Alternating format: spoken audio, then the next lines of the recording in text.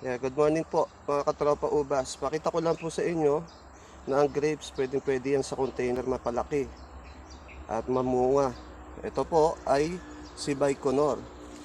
Ukraine grapes po ito. Nabili po sa atin ito ng client natin ng month of September. So from September, ngayong first day of second day ng April, pang ano na siya, ilan na yun? 6 months, September, October, November, December, January, February, March, April.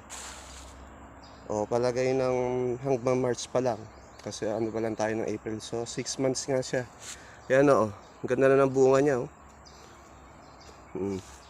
Hahaba ng cluster po nito ni Baikonur. So yung mga nakapalo sa akin, nakita nyo na po yung konitsura ng bunga ni Baikonur. Sa mga hindi pa po nakakaalam. Yun.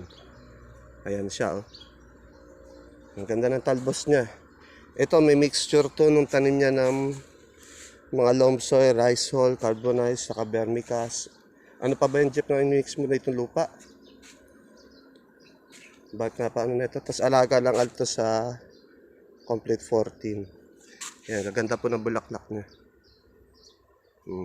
Halos 1, 2, 3, 4. 5 cluster ang inilabas niya sa loob ng 6 months kapag kakatanim from saplings. Yan. So kaya sa magkakagusto po di Baikonur PM or call 0947-815-4699. Iga-guide ko naman po kayo. So napakaganda ng bunga nito, malalaki. Ayan. At pagka gusto nyo pan lumaki yung bunga na yan, ini-spray lang po yan ng GA3. At may possible pa na lumiit ang buto o maging seedless. Thank you.